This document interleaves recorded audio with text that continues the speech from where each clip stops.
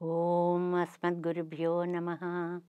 శ్రీరంగసింహగిరిదేశికపాదసేవా ప్రాప్తాఖిలద్రవిడవేదరహస్యజాతం శ్రీగౌతమాన్వయజమాశ్రితభాగధేయం గోపాలదేశికమహం శరణం ప్రపద్యే.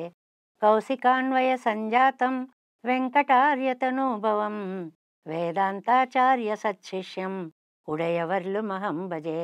శ్రీమద్వెంకటరంగార్య శిష్యం సచ్చిష్యసేవధిం శ్రీలక్ష్మణార్య విబుధం సంశ్రయే దేవి దీప్తయే. ఓం అస్మద్గురుభ్యో నమః. భాగవత గోష్ఠికి దాసోహాలు సమర్పిస్తూ మనం నమ్మాళ్ళవార్లు అనుగ్రహించినటువంటి తిరువాయిమొഴി దివ్య ప్రబంధంలో 4వ పదిలో 3వ తిరువాయిమొഴിలోకి ప్రవేశిస్తున్నాము. ఈనాడు చాలా విశిష్టమైనటువంటి అద్భుతమైనటువంటి తిరువాయిమొഴിగా దీన్ని చెప్తారు. ఎందువల్ల అంటే ఎన్నో జన్మల తర్వాత బహూనాం జన్మనామంతే అన్నట్లుగా ఎన్నో జన్మల తర్వాత ఈ మానవ జన్మ అనేటువంటిది వస్తుంది. ఎన్ని జన్మల పుణ్య విశేషమో. అలాంటి మానవ జన్మలో మనం భగవంతుని యొక్క ఉనికిని గుర్తించాలి. ఆయనని నిత్యము మనసారా ధ్యానించాలి, పూజించాలి అనేటువంటిది మనకి వైదికమైనటువంటి ఒక సందేశంగా పెద్దలందరూ కూడా అనుగ్రహించారు. దానికి మనం ఏం చేస్తాం? ప్రతినిత్యం కూడా ఇంట్లో పరమాత్మని పూజిస్తాం. దీన్ని ఏమంటారంటే భగవద్ ఆరాధన అంటారు. భగవంతుని పూజించేటప్పుడు షోడశోపచారాలు అని చెప్పి కొన్ని ఉపచారాలని, అంటే ఆహ్వానించడం, సింహాసనం వేయడం, కూచోపెట్టడం, కాళ్ళు కడగడం, చేతులు కడగడం, ఇలాగ 16 మనకి శ్రీ సూక్తాదులన్నీ చెప్పినటువంటి ఉపచారాలన్నీ కూడా అద్భుతంగా ఉన్నాయన్నమాట. అలాంటి ఉపచారాలలో మంచి గంధాన్ని, చందనాన్ని అరగదీసి ఆ చందనంతో కూడా దైవాన్ని పూజించడము అనేటువంటిది ఒక గొప్ప సంప్రదాయం. అంటే నిత్య తిరువారాధనలో చందన సమర్పణ వేళ ఈ 3వ తిరువాయిమొഴിని పెద్దలు అనుసంధానం చేసుకుంటారు అనేటువంటి ఒక సంప్రదాయాన్ని మనకి వ్యాఖ్యానాల్లో పెద్దలందరూ కూడా అనుగ్రహించారు. ఏమిటి అంటే ఆ చందనం ఎలాగైతే సుగంధభరితమై పరమాత్మ యొక్క పాదాలను తాకుతుందో అలాగే ఈ ఆత్మ కూడా భగవంతుని యొక్క ఆ పాదాల మీద వ్రాలి పరిమళభరితం కావాలి అనేటువంటి ఆత్మ సమర్పణ భావాన్ని కూడా అందులో మనకి చెప్తారు అన్నమాట. ఇందులో పుష్పాలు సమర్పిస్తాం, ధూపం, దీపం అన్నీ యథాశక్తి ఎవరి శక్తిని బట్టి వాళ్ళు చేస్తారు. దీనికి ఇంత స్థాయిలోనే చెయ్యాలి అనేటువంటి నియమం భగవంతుడు మనకి చెప్పలేదు. కేవలం భక్తి ప్రధానంగా సాగాలి మీ పూజా విధానము అంటాడు స్వామి. పత్రం పుష్పం ఫలం తోయం యో మే భక్తియా ప్రయచ్చతి. ఏదిచ్చినా సరే భక్తితో మాత్రం ఇవ్వాలి అని. ఒక ధనవంతుడు చాలా అద్భుతంగా మంచి బంగారంతో పెరుమాళ్ళు విగ్రహాలను తయారు చేసి, అంతకంటే అద్భుతంగా మందిరాలను కట్టి సువర్ణ పుష్పాలను తీసుకుని వచ్చి అలాగ చేస్తూ ఉండేవాటండి. ఆయనకి ఎక్కడి నుంచి వచ్చారు ఆ పెరుమాళ్ళంటే, ఒకనాడు ఒక పేద బ్రాహ్మణి ఇంటికెడితే ఆ మహానుభావుడు భాగవతోత్తముడు ఆ పెరుమాళ్ళకి పూజ చేస్తున్నాడు. ఆయనకి సాలగ్రామాలకి మనకి స్నానం చేయించిన తరువాత చక్కగా ఒక వస్త్రంతో తుడుస్తాం కదా, అలాంటి వస్త్రం కూడా సరైనటువంటిది లేనంత పేదరికం అన్నమాట. ఆయన అనుకుంటున్నారట, స్వామి నా దగ్గర ఇలా పేదరికంలో ఇలా సేవలు అందుకుంటున్నావా అని అనుకునే టైంకి ఈ ధనవంతుడు అక్కడికి వచ్చాట. వచ్చి స్వామి నాకు మీ పెరుమాళ్ళని ఇస్తారా అన్నారట. ఇప్పుడే అనుకుంటున్నానండి, పాపం ఈయన నా దగ్గర ఇలాగా చాలా పేద పూజలు అందుకుంటున్నాడు, సరే తీసుకువెళ్ళండి అని చెప్పి ఇచ్చారటండి. ఆయన తీసుకుని వెళ్ళి కొద్ది రోజులు చేశాక 3వ రోజున కలలో పెరుమాళ్ళు కనిపించి, అయ్యా నన్ను చెర నుంచి బందీ నుంచి విముక్తుణ్ణి చేస్తావా అని అడిగాట. నువ్వెక్కడున్నావు చెరసాలలో అన్నట్ట ఈ ధనికుడు. అంటే నీ దగ్గర ఉండడమే నాకు చెరలో ఉన్నట్లుగా ఉంది, నా భక్తుడు ప్రతిరోజు నాకు చక్కగా తిరుమంజనం చేసేవాడు. ధూపదీప నైవేద్యాలు పెట్టిన తర్వాత చందనాన్ని సమర్పిస్తూ కోవై వాయాళ్ పొరుట్టు అనేటువంటి తిరువాయిమొഴി పాసురంలో పూసం శాందు ఎన్ నెంజమే, నేను నీకు పూసేటువంటి చందనము నా మనస్సే. ఒక చెక్క తీసుకొచ్చి అరగదీసి అది నీకు సమర్పించగలిగిన శక్తి కూడా నాకు లేదు, నా మనస్సునే నీకు చందనంగా సమర్పిస్తున్నాను అని సమర్పించేవాడు. ఆ పాసుర పఠనం, తిరువాయిమొഴി పాసుర పఠనము నాకు ఎంత దివ్యానందాన్ని ఇచ్చేదో. అలాంటి పాసుర పఠనం నీ దగ్గర లేదయ్యా, కాబట్టి నన్ను మళ్ళీ ఆయనకి ఇచ్చేస్తావా అని ప్రార్థించాడు అని చెప్తారు. తర్వాత ఇచ్చేశాడు అనేటువంటిది. అంటే పెరుమాళ్ళకి ఎంత ఇష్టమైనటువంటి పాసురాలో ఈ వృత్తాంతం ద్వారా మనకి ఊరికే 1-2 వృత్తాంతాలు అలాగా తెలియచేస్తారు అన్నమాట. అంటే పెరుమాళ్ళ యొక్క ఆరాధనలో చందన సమర్పణ అనేటువంటిది చాలా ముఖ్యమైనటువంటి కైంకర్య విధానము. అది ఇప్పుడు మనకి పౌడర్లు అవి దొరుకుతున్నాయి, ఏదో తడిపేసి పెడుతున్నాం అనుకోండి. ఆచార్య తిరువారాధన ముందు చేసి ఆచార్య శ్రీహస్తేన భగవదారాధనం అనేటువంటి ఒక మాటని తలుచుకుంటూ ఆ తర్వాత ఈ ఉపచారాలన్నీ చేసేటువంటి సమయంలో పెద్దలందరూ కూడా ఈ 4వ తిరువాయిమొഴിలోని కోవై వాయాళ్ పొరుట్టు అనేటువంటి ఈ తిరువాయిమొഴിని అనుసంధానం చేసుకుంటారు అని పెద్దల వల్ల విన్నటువంటి వ్యాఖ్యానంలో చెప్పినటువంటి విశేష విషయము అన్నమాట ఇది. ముందుగా మనం పాసురాన్ని అనుసంధానం చేసుకుని తర్వాత ప్రతిపదార్థాన్ని చెప్పుకొని తర్వాత వ్యాఖ్యానంలో ప్రవేశిద్దాం. కోవై వాయాళ్ పొరుట్టు ஏற்றின் எருத்தம் இருத்தாய் மதில் இலங்கை கோவை வீய சிலை குனித்தாய் குல்நல் யானை மறுப்பொசித்தாய் பூவை வீயா நீர் தூவி போதால் வணங்கே நேலும் நின் பூவை வீயாமே நிக்கு పూసుం శాందు ఎన్నెంజమే. పెరుమాళ్ళతోటి ఆళ్వార్లు అంటున్నారన్నమాట, స్వామి కోవై వాయాళ్ పొరుట్టు. ఒక 2-3 విషయాలని ఈ పాసురంలో మనకి గుర్తుకు చేస్తారు నమ్మాళ్వార్లు. ఆవేళ నువ్వు ఒక అందగత్తె అయినటువంటి నప్పిన్న పిరాట్టి కోసం, ఏమిటి ఆవిడ యొక్క అందము? కోవై వాయాళ్ పొరుట్టు, దొండపండులా ఉండే అందమైనటువంటి పెదవులు కలిగినటువంటి నప్పిన్న పిరాట్టి కోసం. ఏత్తిన్ ఎరుత్తం, వృషభాలని వాటిని మూపురాలని ఇరుత్తాయి విరిచినవాడు. అంటే ఈ నీలాదేవి యొక్క తండ్రి పేరు కుంభుడు, యశోదకి తమ్ముడు అన్నమాట ఆయన. ఆయనకు ఒక కూతురుంది నీలాదేవి. ఆ నీలాదేవిని ఎవరికిచ్చి వివాహం చేయాలి అన్నప్పుడు ఒక పందెం పెట్టాడు ఆయన. నా దగ్గర ఈ ఊరిలో 7 వృషభాలు ఉన్నాయి, ఈ 7 వృషభాలని కూడా ఎవరైతే జయిస్తారో వాళ్ళకి మా అమ్మాయినిచ్చి పెళ్లి చేస్తాను అని చెప్పి చాటాడు ఆయన. ఈవిడ యొక్క సౌందర్యం శ్రీకృష్ణ పరమాత్మని నిలవనీయలేదు అంటారు ఈ పాసురంలో నమ్మాళ్వార్లు. అందువల్ల ఎలాగైనా సరే ఆవిడ్ని పెళ్లి చేసుకోవాలని ఆ 7 వృషభాల యొక్క మూపురాలు విరిచాడు. అది నెంబర్ 1. రెండవది మదిల్ ఇలంగై కోవై వీయ, మంచి మంచి కోటలు కలిగినటువంటి రావణాసురుడు నశించేలాగా శిలై కునిత్తాయ్, బాణాలు ఎక్కుపెట్టాడు అని.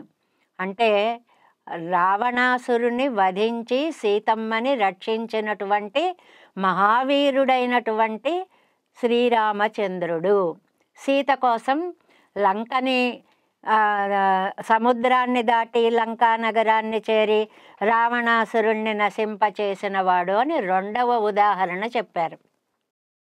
మొదటిదేమో నీలమ్మ కోసం 7 వృషభాలని అని, రెండవదేమో సీతమ్మ కోసం సముద్రాన్ని తరించి రావణాసురుని సంహారం చేశారు అని. ఇంకా మూడవది కులం నల్ ఆనై మరుప్పు ఒసిత్తాయి, మంచి జాతిలో పుట్టిందండి కువలయాపీడము అనేటువంటి ఒక ఏనుగు. ఆ ఏనుగు యొక్క మరుప్పు వసిత్తాయి దంతాలు విరిచేశాడు. ఇదెవరి కోసమండి? అక్కడ మధురా నగరంలో ఉండేటువంటి స్త్రీల కోసము అని 3 విశేషాంశాలు ఈ పాసురంలో చెప్పి, అలాంటి శ్రీయప్పతి పూవై వీయ నీర్తూవి, పుష్పాలతో ఉన్న ఆ పుష్పాల పైన ఉన్నటువంటి జలాలలో పుష్పాలు ముంచి అలా అలా జల్లడం పెరుమాళ్ళ ఆరాధనలో అని. లేదు, జలాలని పుష్పాలతో సహా సమర్పించడము అని కూడా అర్థం.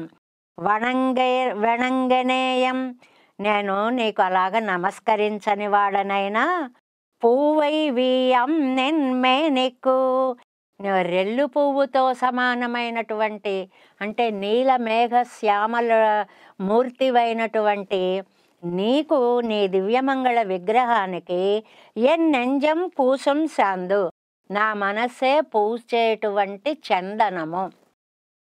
ప్రత్యేకంగా చందనం వేరే బయట నుంచి తేవక్కర్లేదయ్యా, నా మనస్సునే నేను చందనంగా సమర్పిస్తున్నాను అంటారు.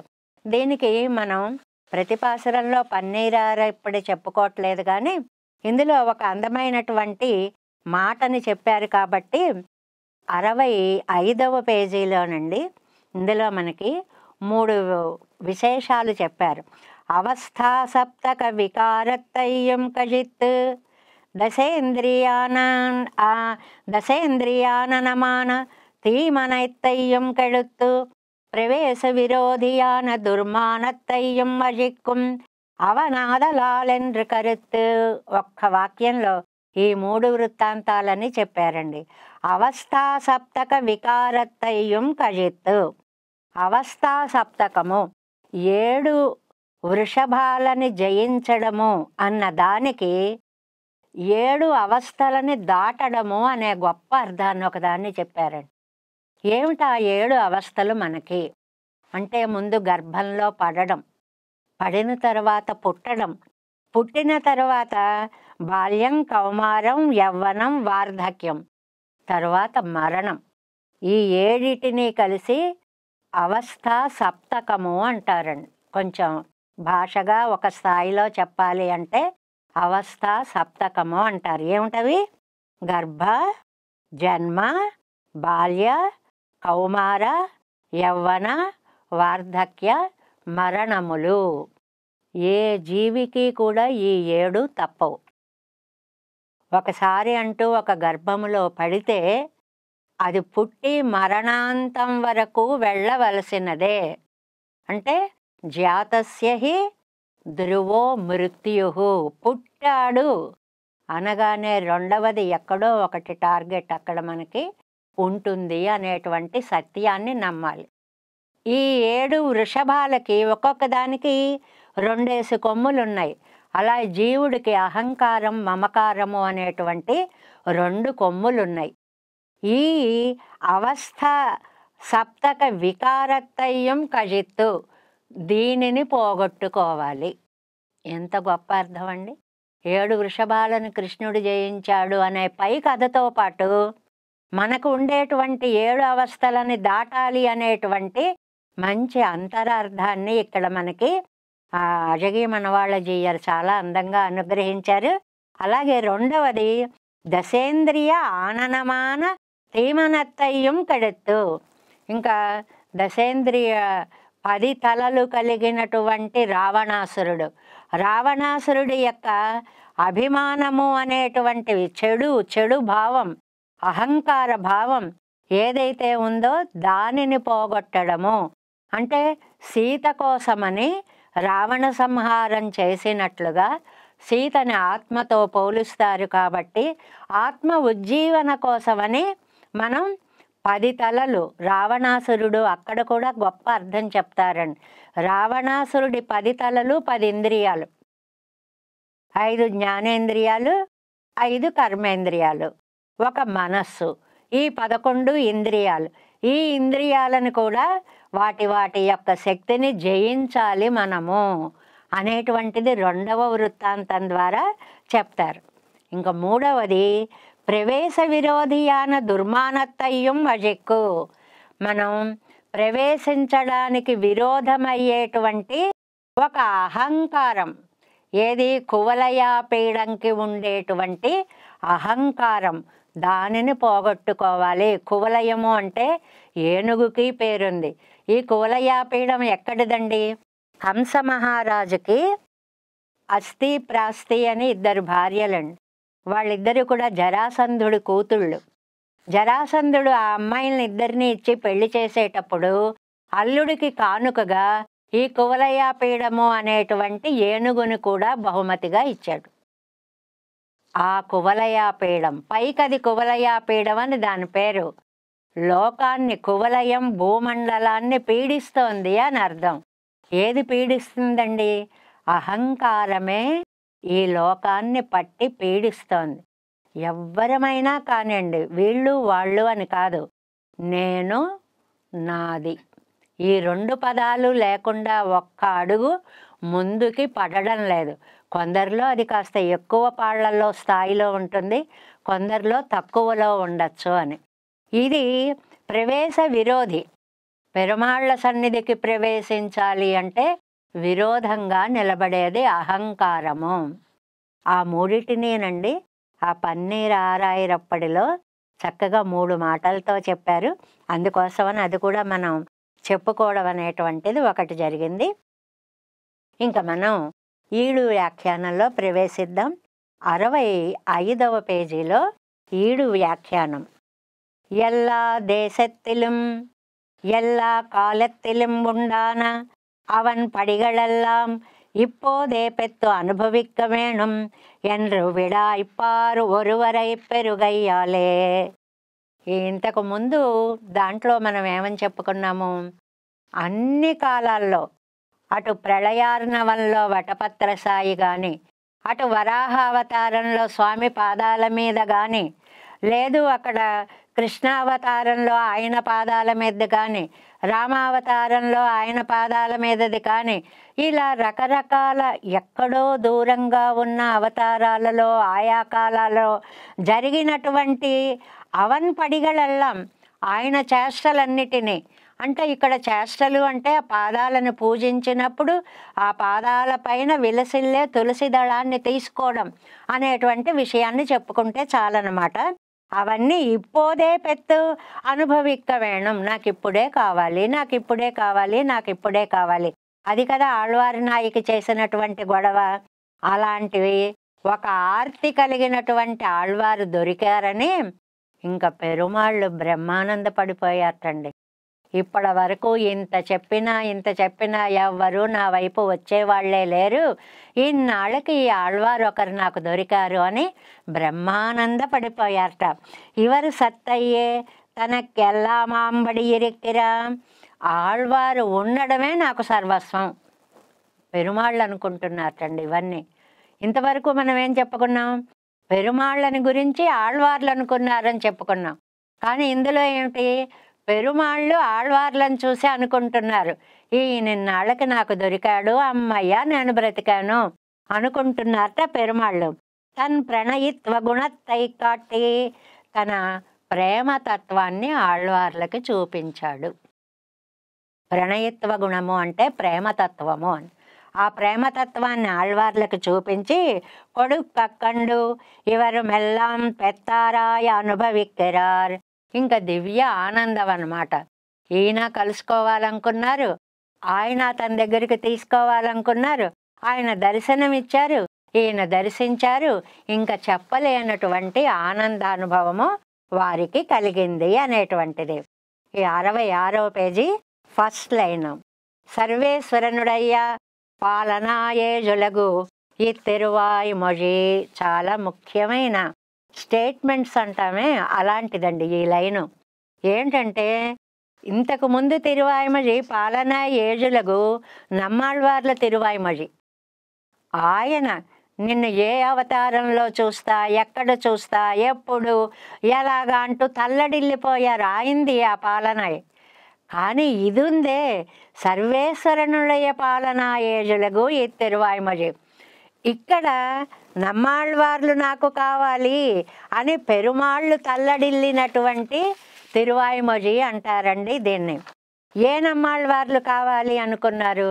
ఆవేళ నాథమునులకి ఆచార్య విగ్రహంగా ఆవేళ మధుర కవులు తామ్రపర్ణి నదీ జలాలను తీసుకొని వస్తే దాన్ని చక్కగా మరిగించినప్పుడు ఒక రూపాన్ని ధరిస్తే ముందు భగవద్ రామానుజుల అంశగా వస్తే వీరేమిటి ఈయన వచ్చారు ఏ అవతారం అంటే, సరే వారిని అక్కడ ఉంచమని చెప్పి మళ్ళీ ఒక 100 బిందెల తామ్రపర్ణి నది జలాలను తీసుకొని వచ్చి మళ్ళీ విగ్రహం చేస్తే నమ్మాళ్ళవార్లుగా అవతరించారే భవిష్యత్ ఆచార్య విగ్రహంగా. ఆ నమ్మాళ్ళవార్లు నాకు కావాలి ఎవరంటున్నారండి? పెరుమాళ్ళు అంటున్నారు. ఇంతవరకు ఆళ్వార్లు పెరుమాళ్ళ వైపు మాట్లాడారు, ఇప్పుడు అట్నుంచి ఇటొచ్చింది పెరుమాళ్ళు నమ్మాళ్ళవార్లు కావాలి అని అంటున్నారు. మధుర కవులు ఎవరినైతే సేవించారో కಣ್ಣಿనన్ సిరుత్తాంబు ఏ ఆళ్వార్ల మీద చెప్పారో ఆ ఆళ్వార్లు నాకు కావాలి. అంతేకాదు ఏ ఆళ్వార్లు అయితే 4 దివ్య ప్రబంధాలు రచించారో ఆ ఆళ్వార్లు నాకు కావాలి. ఎవరైతే సామవేద సారంగా తిరువాయిమొഴിని అనుగ్రహించారో ఆ ఆళ్వార్లు నాకు కావాలి. ఎవరి గ్రంథాలకి మంగయ్య మన్నన్ తిరుమంగయ్యాళ్వార్లు 6 అంగాలుగా 6 దివ్య ప్రబంధాలు రచించారో ఆ నమ్మాళ్ళవారు నాకు కావాలి. ప్రపన్న జనకూటస్థులైన నమ్మాళ్ళవారు కావాలి. ఇప్పుడు పరమాత్మ ఆళ్వారు వెంట పడ్డారు అన్నమాట. ఏ నమ్మాళ్ళవార్లు చెప్పినప్పుడు తిరుక్కురుంగుడి నంబి చాలా ఓపికగా వీటన్నిటినీ విన్నారో ఆ నమ్మాళ్ళవార్లు నాకు కావాలి. ఇంత అర్థాన్ని ఒక వాక్యంలో చెప్పారండి. సర్వేశ్వరనుడయ్య పాలనా ఏజులగు ఈ తిరువాయిమొഴి. అందమైన వ్యాఖ్యానం అండి. సర్వేశ్వరుని యొక్క పాలనా ఏజులుగు అనేటువంటిది ఈ తిరువాయిమొഴി. ఇది తనకు 3 పడియాగ నిర్వహిప్పరగల్ నమ్ముదలుగల్. ఇది దీనికి 3 అర్థాలు చెప్పారండి. 3 పండితులు 3 అర్థాలు చెప్పారు. చాలా విశేషమైన వ్యాఖ్య. ఈ ఒక్క పాసురాన్ని మనం ఒక రోజులో చెప్పుకోలేం. దీనికి సంగతి అంటారని చెప్పుకున్నాం ఒక మాట. సంగతి మనం లోకంలో ఏమిటి సంగతులు అంటాం, దానికి ఒక నిర్వచనం ఉందండి. సంగతి అంటే ఇంతకు ముందు ఏం జరిగింది, తర్వాత ఏం జరుగుతోంది అనేటువంటి సమన్వయానికి సంగతి అని పేరు. ఇక్కడ ఏమిటండి సంగతి? పూర్వపు తిరువాయిమొഴിకి ఈ తిరువాయిమొഴിకి సంగతి ఏమిటి అని అంటేట 3 రకాలుగా నిర్వహించారు, 3 రకాలుగా అర్థాలు చెప్పారు. అందులో మొదటిది ఎవరు అంటే ఎంబార్ అనేటువంటి మహానుభావులు. ఆయన గురించి మీకు అందరికీ తెలిసినదే. వారేమన్నారంటే ఇది తనకు 3 పడియాగ నిర్వహిప్పరగల్ నమ్ముదలిగల్ ఎంబార్. నమ్ముదలిగల్ మన పూర్వీకులు 3 రకాల అర్థాలు చెప్పారు. ఎంబార్ అంబులియమ్మానై పిడితుత్తర వేణం ఎన్నజుత్త ప్రజైక్కు తేంగాయై కొడుత్తజుగయ్యాయిత్తు వారై పోలే வேறொரு குணாவிஷ்காரத்தை பண்ணி అనుభవిక్కిరార్ ఎన్నరుళి చేయవర్. మొదటి పాయింట్ అండి. మొట్టమొదటి విషయం ఏమిటంటే పిల్లాడు ఉన్నాడు, వాళ్ళ అమ్మ ఆడిస్తోంది.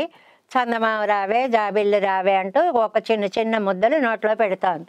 పెడుతుంటే వాడు అన్నం తినడం మానేసి అంబులియమ్మానై పిడుతుత్తర వేణం ఎన్నజుత ప్రజైక్, అమ్మ నాకు చంద్రుడు కావాలి, నాకు చంద్రుడు కావాలి అని ఆడవడం మొదలుపెట్టాటండి. దీని మీద మనకి చిన్నపిల్లలకి పాటలు కూడా వచ్చాయి కదండి. రాముణ్ణి కౌసల్యాదేవి ఆడిస్తూ ఆడుకుందునే అమ్మ నాకు ఆ చంద్రుడు కావాలన్నాడు అని పాటలు ఉన్నాయి. ఇక్కడ చూడండి. నాకు ఆ చంద్రుడు కావాలంటే అది ఎక్కడ నేను తెచ్చి ఇవ్వగలను రా అని కాసేపు ఆలోచించేటప్పటికి మంత్రి సుమంత్రుడు అద్దము తెచ్చి చేతికి ఇచ్చాడు అని దగ్గరగా ఇలా అద్దం పెట్టేటప్పటికి ఆ చంద్రుడు ఈ అద్దంలో కనపడేటప్పటికి రాముడు ఏడుపు మాని అన్నం తిన్నాడని చంటి పిల్లలకు పాటలు పాడుతూ ఉంటాం. అలాగా ఇక్కడ ఒక పిల్లవాడు చంద్రుడు కావాలి అని ప్రజ ఎక్కువ అలా ఏడ్చేటువంటి సంతానానికి ప్రజ అంటే ప్రజలు అని ఒక అర్థం, సంతానము అని ఒక అర్థం. తేంగాయై కొడుత్తజుగయ్యా ఇత్తువారై పోలే. ఏం చేయాలో తెలియక మంచి చిన్న చిన్న కొబ్బరి చెట్లు కొత్త వస్తున్నాయి చూడండి, ఇంత బోండాలు కాస్తాయి, గుండ్రంగా ఉంటాయి. అలాంటి గుండ్రని దాన్ని ఒకదాన్ని తీసుకొని వచ్చి, ఇదిగోరా చంద్రుడు దగ్గర ఇలా ఉంటాడురా, దూరంకి అలా కనపడతాడురా అని ఇచ్చినట్లుగా అని అర్థం చెప్పారటండి ఎంబార్ అనేటువంటి మహానుభావులు. అంటే పెరుమాళ్ళు కావాలి కావాలి మీరే కావాలి అని నమ్మాళ్ళవారు అడుగుతుంటే ఏదో ఆయన గుణాన్ని ఒకదాన్ని చూపించారు, కొబ్బరికాయ ఇచ్చినట్టుగా, కొబ్బరి బోండం ఇచ్చినట్లుగా అని ఒక అర్థాన్ని చెప్పారండి. ఇంకా రెండవ వారు తిరుమలై నంబి అనేటువంటి వారు, ஒருவன் ஒன்னை அபேட்சித்தால் அவனும் அது செய்வானாக தலை துலுக்கினால் பெத்தானாய் பின்பு பெண்ணில் இழவு தோன்னும்படியன்னிருப்பது ஆகையாலே அவனும் அப்படி செய்கிறோம் என்னக்கு இழவை மறந்து எல்லாம் పెత్తారాయ్ అనుభవిక్కరారు என்று రెండో లక్షణం ఒకటి చెప్పారండి. ఇది ఇంకా బాగుంటుంది. ఎవరైనా నాకు అది ఇస్తే కానీ నేను ఊరుకోను, అది ఇస్తే కానీ నేను అన్నం తిన్నా, అది ఇస్తే కానీ నేను బతకను అని మొండి పట్టుదల పట్టేవాళ్ళు ఉంటారనుకోండి, వాళ్ళ దగ్గరట సరే అలాగే ఇస్తా, నీ ఇష్ట ప్రకారమే చేస్తా అని ఒక మాట అంటే వాళ్ళు తృప్తి పడతారటండి ముందు, తర్వాత చేతదాకా వెళ్ళడం.